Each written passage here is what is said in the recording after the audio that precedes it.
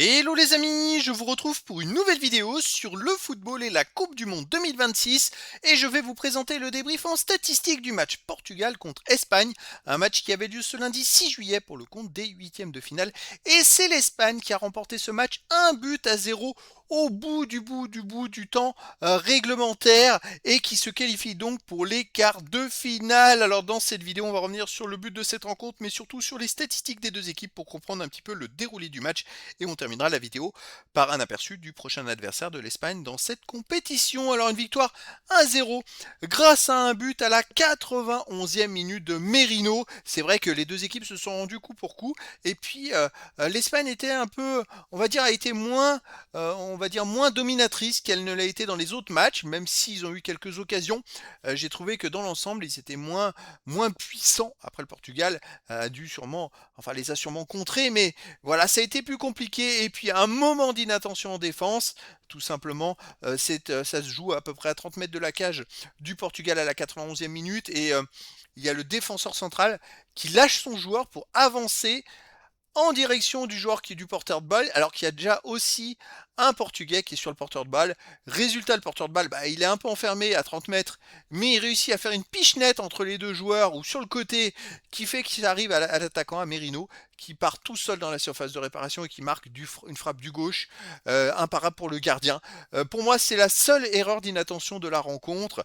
C'était pas approprié, il n'avait pas à sortir le défenseur, il fallait qu'il suive l'attaquant et laisser son milieu de terrain sur pourquoi sortir à 30 mètres. Il n'y avait aucune incidence de dangerosité, on va dire, puisque à la rigueur, le joueur aurait tiré de 30 mètres. Bon, il avait un défenseur déjà qui était sur lui, et puis il y avait peu de chances que ça rentre. Le gardien aurait été là, tandis que là, il a laissé l'opportunité à un joueur de se retrouver tout seul. Donc voilà, une erreur défensive, et c'est l'Espagne qui gagne 1-0 et qui se qualifie pour la suite. Derrière, il y a eu deux grosses occasions, dont une tête de Bernardo Silva qui passe juste au-dessus de la barre, et puis une autre tête qui frôle le poteau. Bon, c'est comme ça. Alors, les statistiques des deux équipes.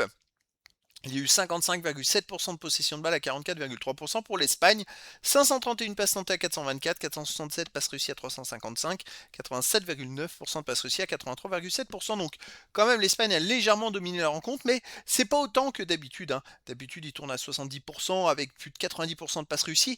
Là c'était quand même plus compliqué. Seulement 7 occasions à 6 pour l'Espagne. Bon, c'est pas beaucoup.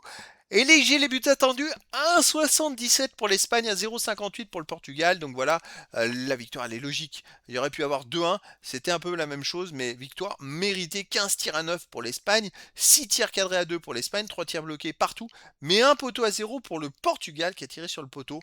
Donc voilà, les Espagnols ont été un peu moins percutants, moins bons que d'habitude, mais ils ont été assez, on va dire, suffisamment bons pour pouvoir l'emporter.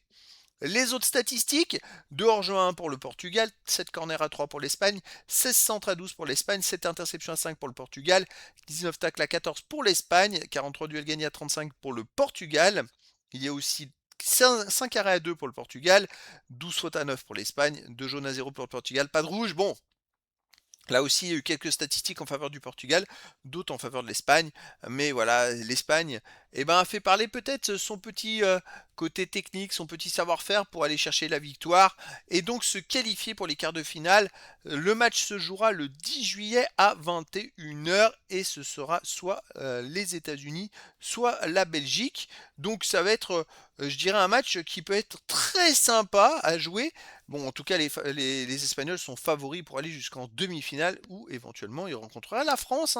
Si la France bat le Maroc, ça pourrait donner un sacré choc. Donc voilà, c'était donc le débrief en statistique du match Portugal contre Espagne. Un match qui s'est terminé par la victoire de l'Espagne 1 but à 0 et donc la qualification de l'Espagne pour les quarts de finale de la Coupe du Monde de football 2026. Voilà les amis, je vous dis à très bientôt pour une nouvelle vidéo.